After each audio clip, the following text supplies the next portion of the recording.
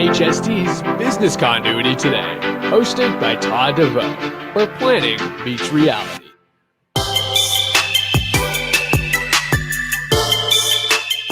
Whenever you see a successful business, someone once made a courageous decision. Peter F. Drucker.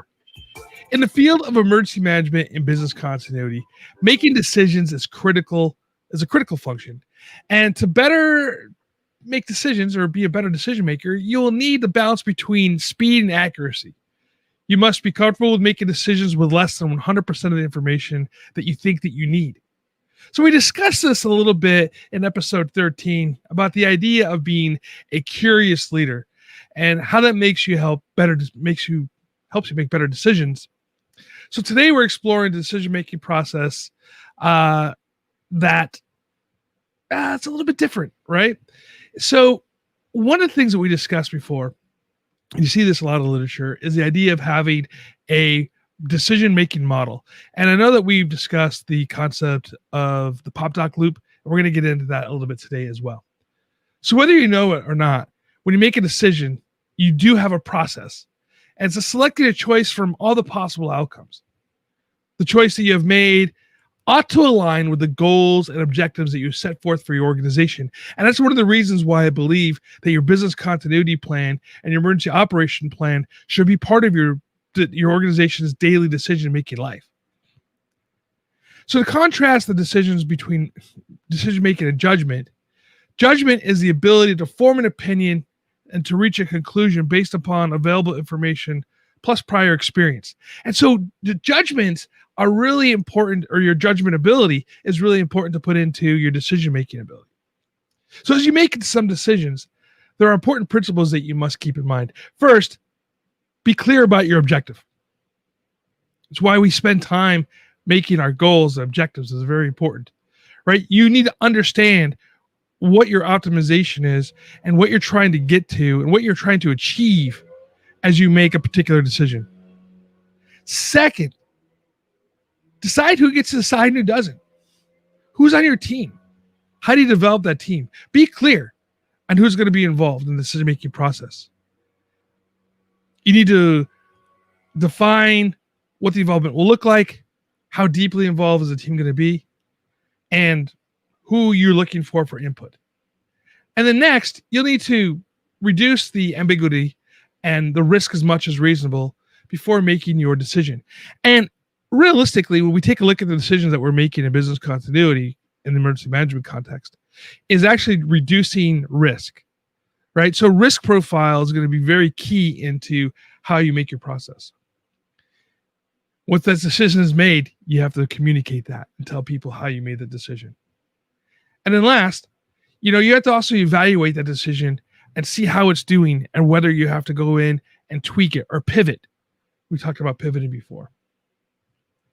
So the first step of the decision making is clearly define what decisions that you're going to make, right? What are your goals? What are your objectives? How are you going to get there? And what is that desired outcome, right? So whether it is to continue opening or have your business to stay continue to open, right? Or moving your business someplace else, what is the desired outcome of that decision? As we discussed before, we are writing clear goals, objectives, and using the SMART goals, right? So SMART goals and objectives are key into making that decision. But ask yourself a few questions. What is the outcome that you're trying to get to?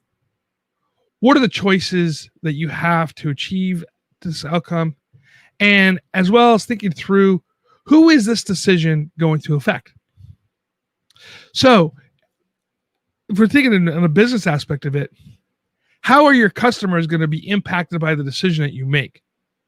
Right? How are your staff members going to be affected by the decision that you make?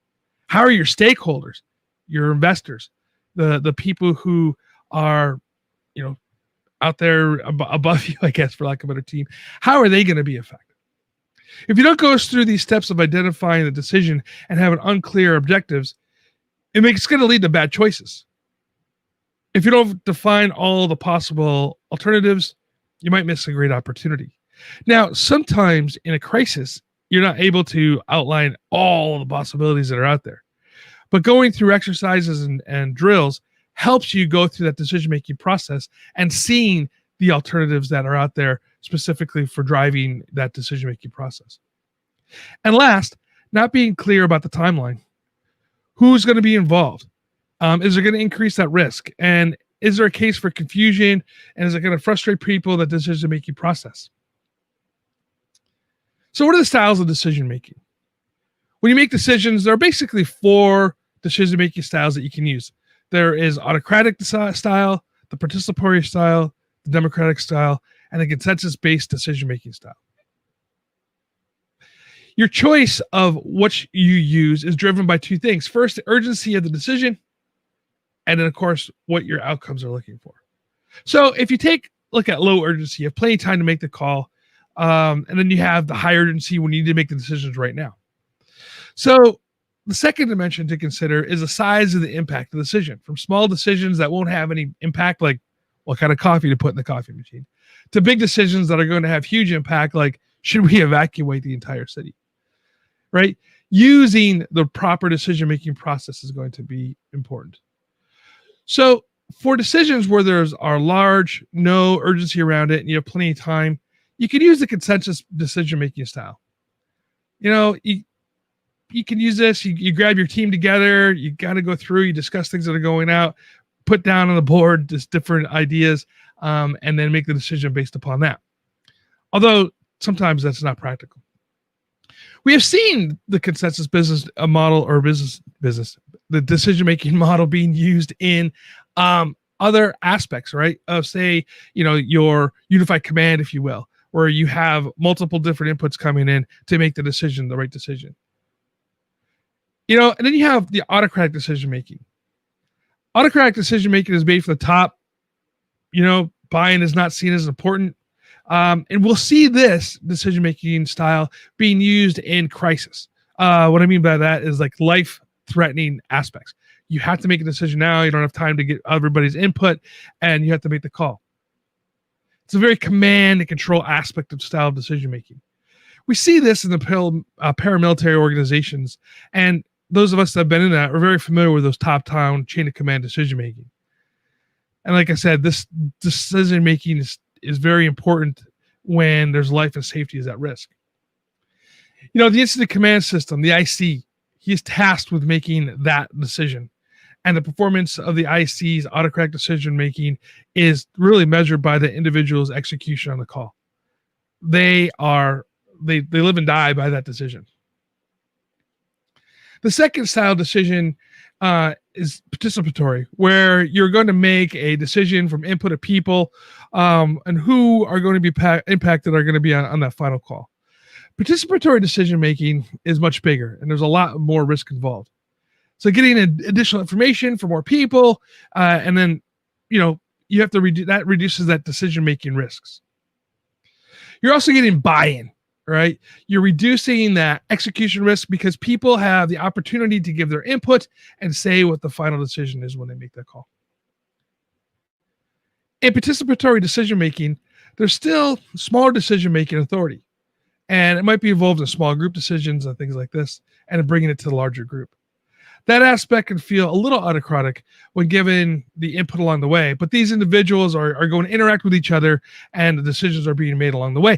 And so we see a lot of this participatory decision-making, say, when we're looking at reopening schools, right? You have your school board making decisions. You have the principals making decisions. You have the unions making decisions, the PTA making decisions, coming all together and trying to make the right call for reopening schools for the safety of the faculty, staff, and students that are there, or in K through 12, the teachers and the staff that are and the students that are there, and also the parents, right? It's very important. So getting this information, input from public health officials, emergency management officials, policymakers, community leaders, that's really participatory decision-making during a crisis. Making democratic decisions. And this is, voting, basically, right? This is something that you can do for something that you don't have, obviously, a lot of pressure to make the decision. It's something that we're going to make a decision on, move on with life.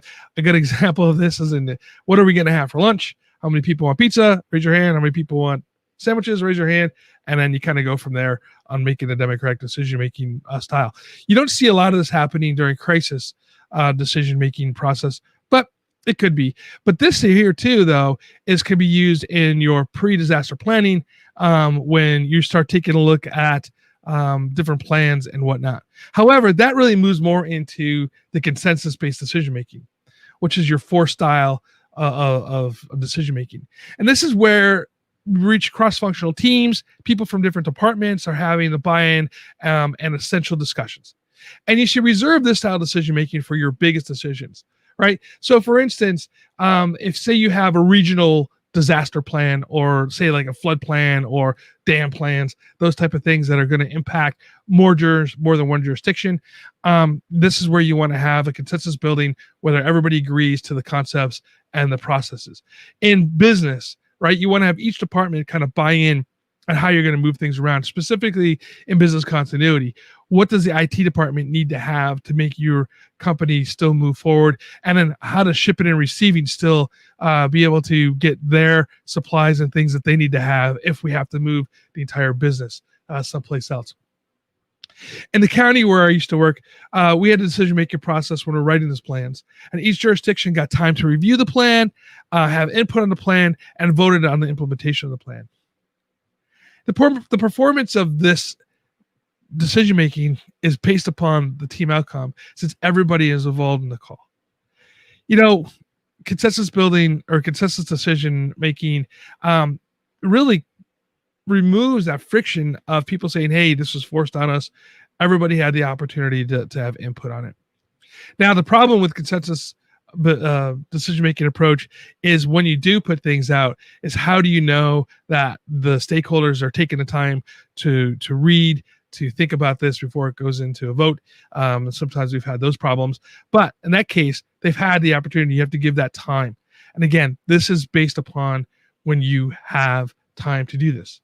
Now, here's a critical question you have to ask yourself, right? Are we going to risk groupthink when we get into some consensus building or consensus decision-making? So you have to allow everybody to kind of think this through. And then the other thing too, though, is that you need to have somebody in the room, or some people in the room, if you have more than, if you want to put more than one, that are really the devil's advocate, that are asking those questions that aren't being discussed, because you can really fall into that concept of groupthink. And so, take time to think this thing through so you get ready to move forward, and ask yourself how you make this decision. So how do you break that idea of groupthink, right? You need to have a culture that's already built up that allows you to ask questions, allows your people to ask them to ask questions, right? Force them to think outside of the direction that we're going. What is the consequence of the groupthink being wrong? In some cases, it could be life or death. In some cases, you can lose your business. What are the appropriate trade-offs that you're making when you take a look at this, right? And how long does it take to make the decision? Those are also part of that group thing. People sometimes at cases just say, hey, let's just make a decision and move on, because they don't want to think through the process. If you're going to use consensus building, you have to have somebody to break that group think. So you should also know that people come into the room with biases. What are the biases that you bring into the room? We all bring them in, right? And you need to look at how to push on those biases. And so you want to know who you need to have involved in decision making. How do you need to involve them? And then you have to, again, who needs to know that you made that decision, and then how do you inform them? So implementing the decision-making cycle.